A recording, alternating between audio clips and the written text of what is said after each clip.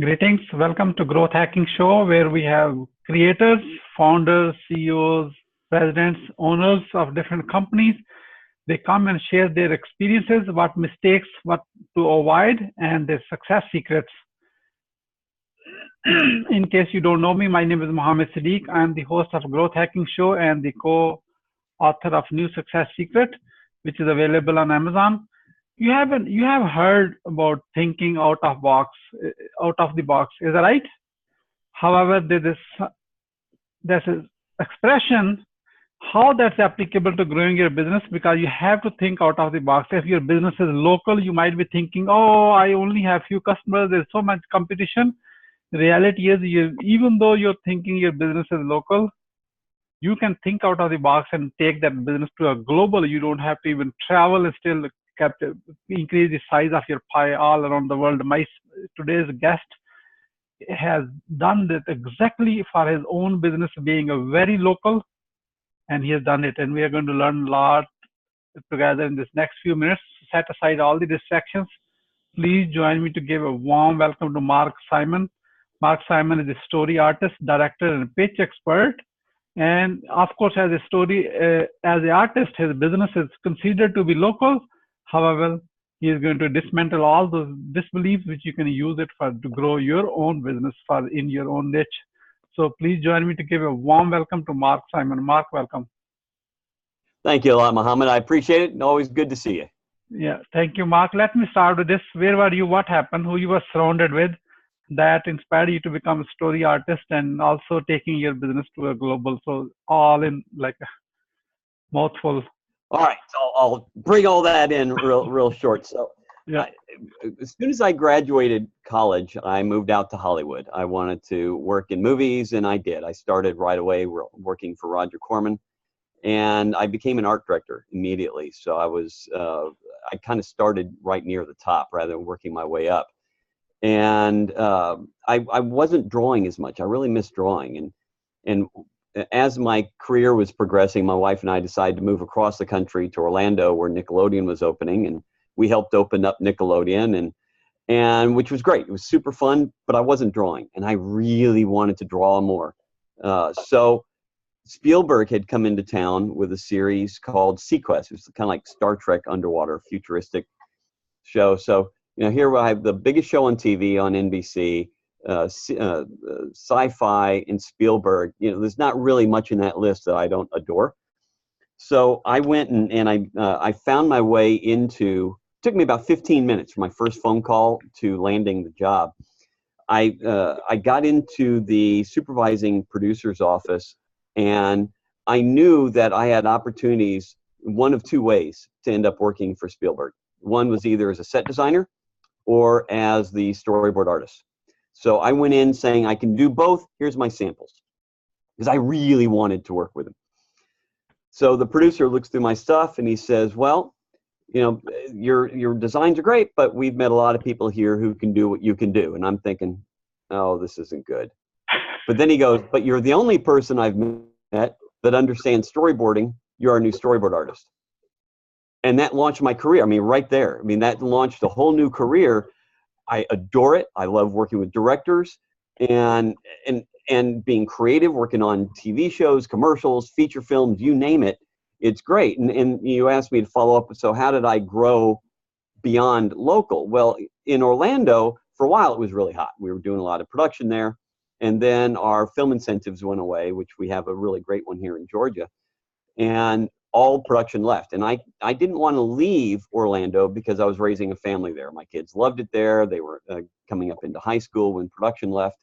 And I wanted to be fair to them.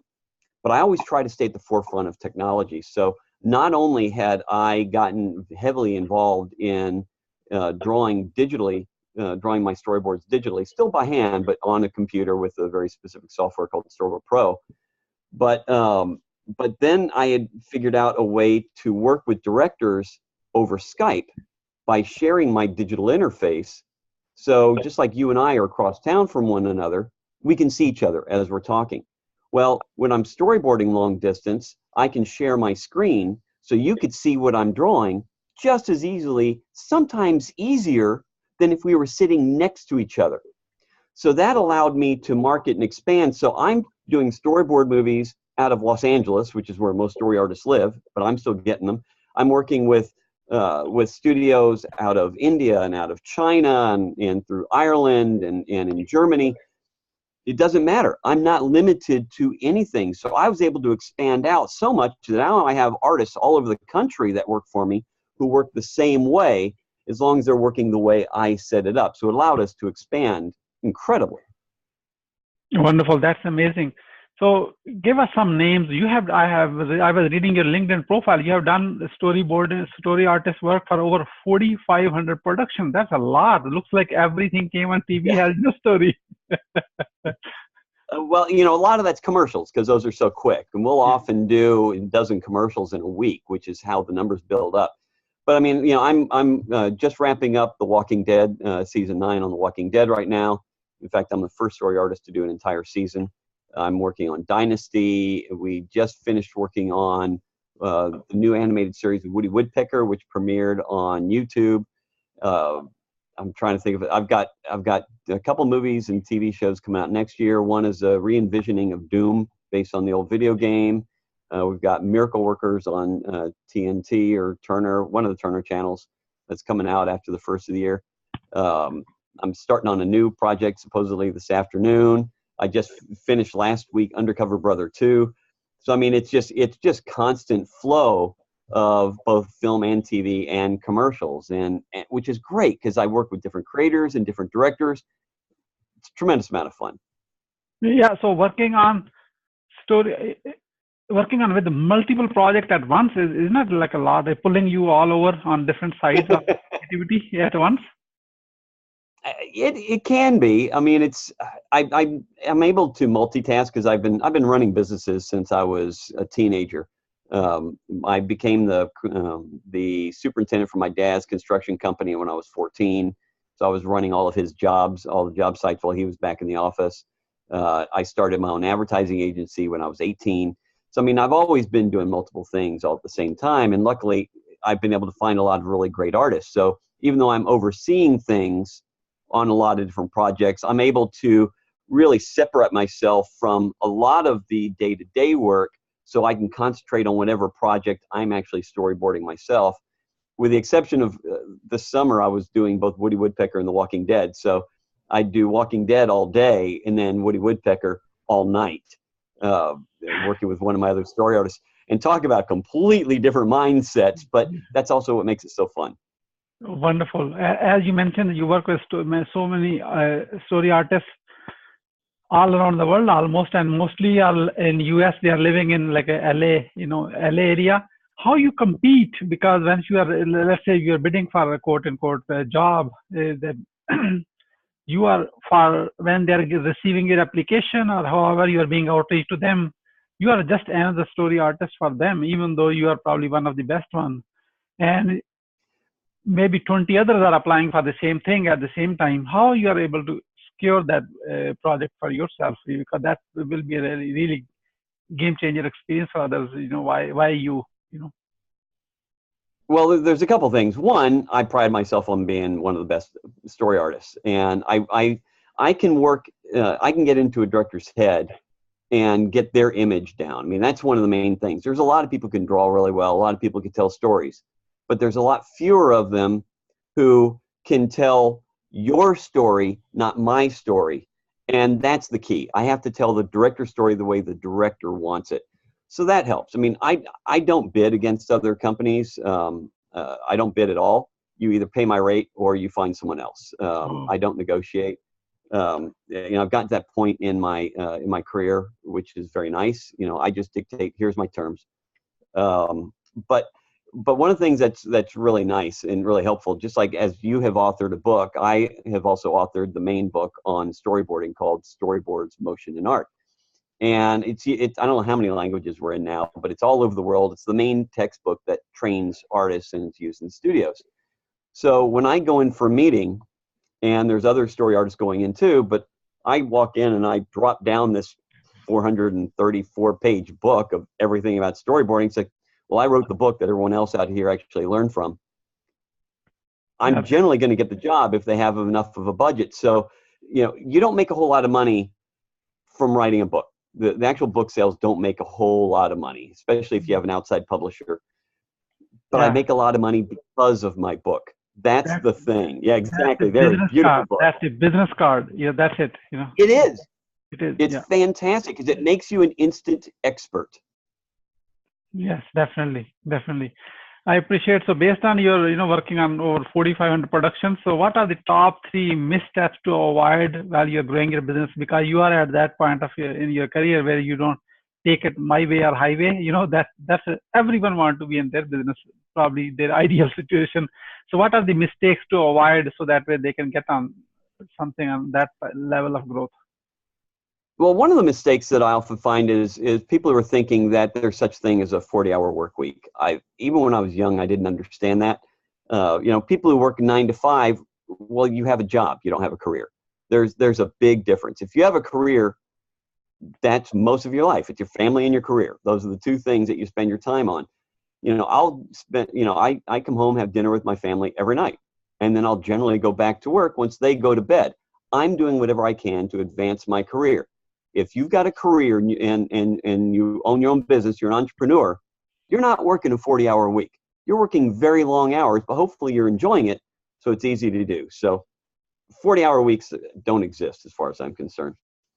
I think another big mistake, especially for the digital generation, which is a number of generations, is lack of communication. Now, I'm not talking about texting because you're able to stay in touch. I use texting all the time. It's great, but it's lack of communication if there's a potential problem, or if there's a delay and not letting people know beforehand so they can make plans, or when you're delivering and you deliver something digitally, but you don't follow up with a phone call or text or something saying, hey, I just sent this to you. Take a look. Let me know if you don't get it. If you don't let them know to look, it go into spam. There could have been a problem. Maybe you forgot to hit send. That I've actually done a couple times. And it's just sitting there. You have to let the client know, or they think that you're not delivering. So communication is key. And I find a lot of people don't communicate properly so that I know what to expect. And then the third thing, I know we talked about this prior, the third thing is marketing. Not doing enough marketing. A lot of people think being the best is good enough. Look, you can be the best in the world, but if no one knows it, they don't have the opportunity to hire you. So get that marketing, whether it's promotion or paid advertising, whatever it is, you have to get your name out there. Just like being on this podcast with you, well, this is a form of marketing for me. People are getting to know me and what it is that I provide. Writing articles for magazines or newspapers or industry trades of one sort or another. That's promotion. That's marketing. If there's something big happens, you win a big award, write up a press release, get it to the local newspapers so people can see what's happening. You have to let people know who and where you are and what you do. Absolutely. They say always be marketing. Thank you so much. Yeah. So as we move along, what are the top 3 success secrets for your business growth? Top 3. Give it away. Well, the top 3, promotion is one. Free promotion, excuse me. About to sneeze. Okay. Promotion. Now, marketing, advertising can be very expensive. It's worth it. It's great. But I'm always looking at promotion. Just like you wrote your book, I wrote my book. That, to me, is also a form of promotion, right? It sets us up as an expert, lets people know who we are and how to find us. So I'm always looking for different opportunities for promotion. So that's one of the secrets. And another one is never let something get in your way. So I'll give you a quick little example. A few years ago, DreamWorks had a new division at the time for children's television. And I had a project that I really need to talk to them about. And I wanted to pitch and talk to them directly. So I called up the main number. That was easy to find. And this is happening in the pre-internet days. So this is back in the 90s. So it was a little harder to find some information. And so I called and I get the front desk and I say, I'd like to speak to the head of your children's division. And they said, well, I'm sorry, we don't have any job titles here. I said, okay, I get it. But just who runs it? Just give me the name. That's who I need to talk to. I'm sorry, sir, I need a name. I just can't put you through. See, the front desk is really well trained. not to let just anyone get through.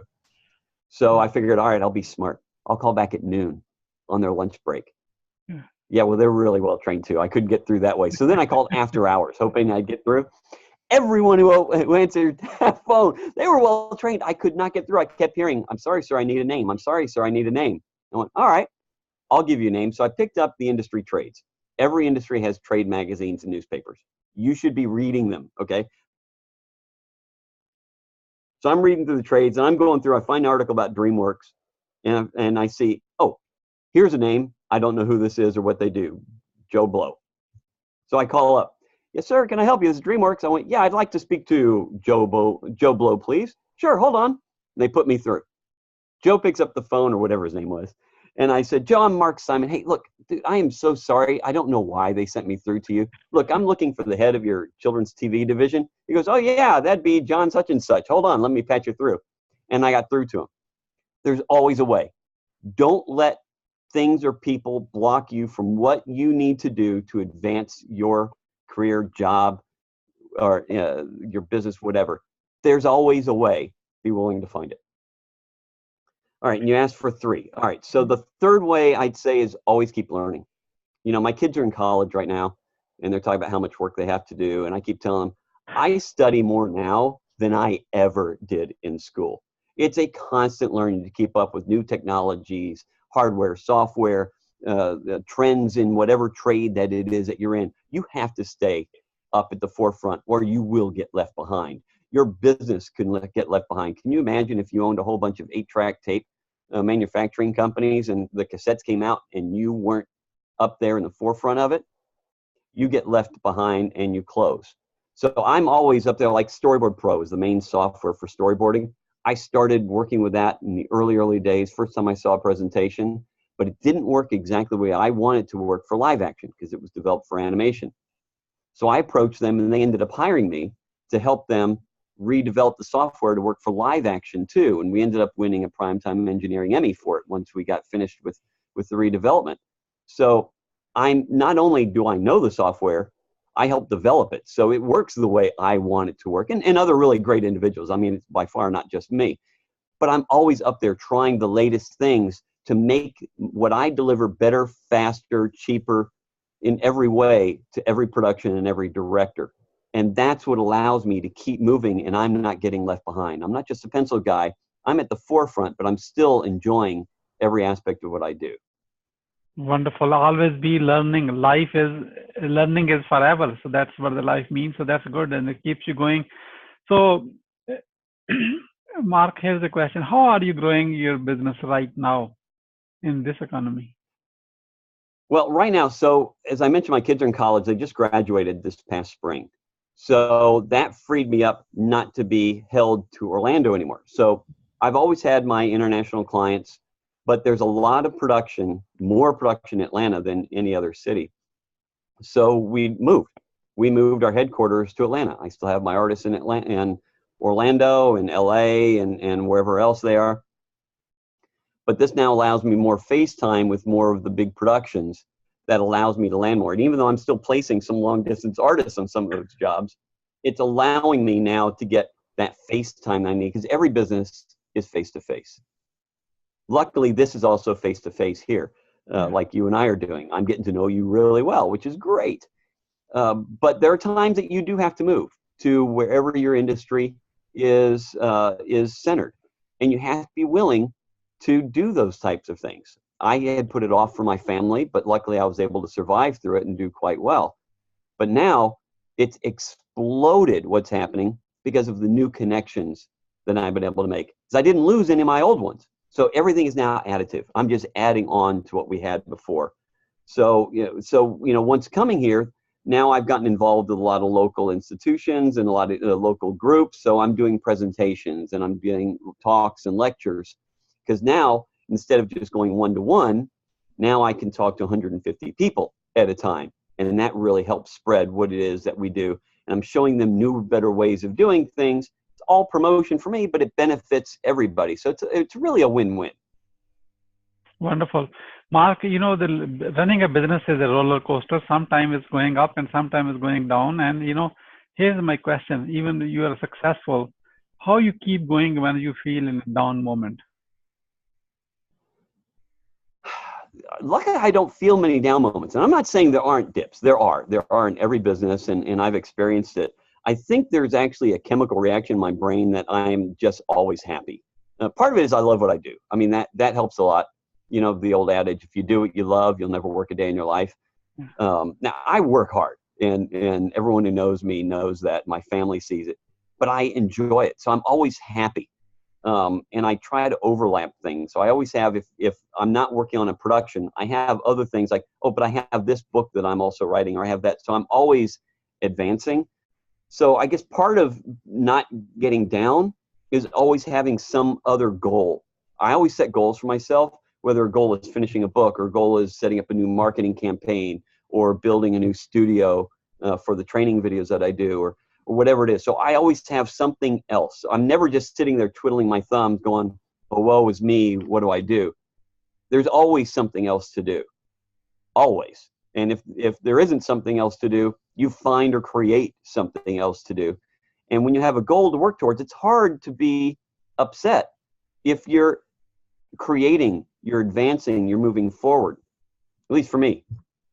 Wonderful. That's great. So how the Growth Hacking Show community, people who are watching this right now, and how they can support you? Well, that's a great question. I appreciate that, because the more people help each other, the better we all do. So since I work in the production industry, connections to production managers and producers in film and TV, those are great connections for me. Or if anyone knows an artist or someone who works in the creative arts, send them to my website, one of my websites called marksimonbooks.com. I've written 10 books on the industry and 4 creatives. So that type of thing, getting that out. I'm always looking for more people who can gain experience and knowledge from the books that I've written, and I would appreciate anyone who can help guide other creatives there. Wonderful. Go ahead and connect with Mark Simon. He is the person when it comes to being an artist. In fact, I would say a master artist, because who is empowering other artists around the world to actually grow themselves professionally. That's the right way, to empowering others at the same time while you're achieving your own objectives. I wish we all do it. Then we will live in a completely different world. So, Mark, as we are about to wrap up, what would you say as a final word? My final word is, again, this is probably going to be more for the digital, people raised in digital age, is don't rely just on emails and texts. Get out and meet people face to face. Go to events and don't be a wallflower. Ask to help at the events. Get to know people face to face, because everyone knows and works with people. They hire people they know and trust. And they don't get to know and trust you unless they actually see you. So if you get out there, just go meet people, and everything will help and move forward for you. Definitely, definitely. Thank you so much, Mark, for sharing your wisdom with us today on the behalf of Growth Hacking Show community and our entire team. We really appreciate you. This is Mohammed Siddique signing off from Atlanta, Georgia. Wishing you good luck, good sales, and I do hope our path cross again with another amazing guest. Until then, all best wishes. Great. Thank you very much.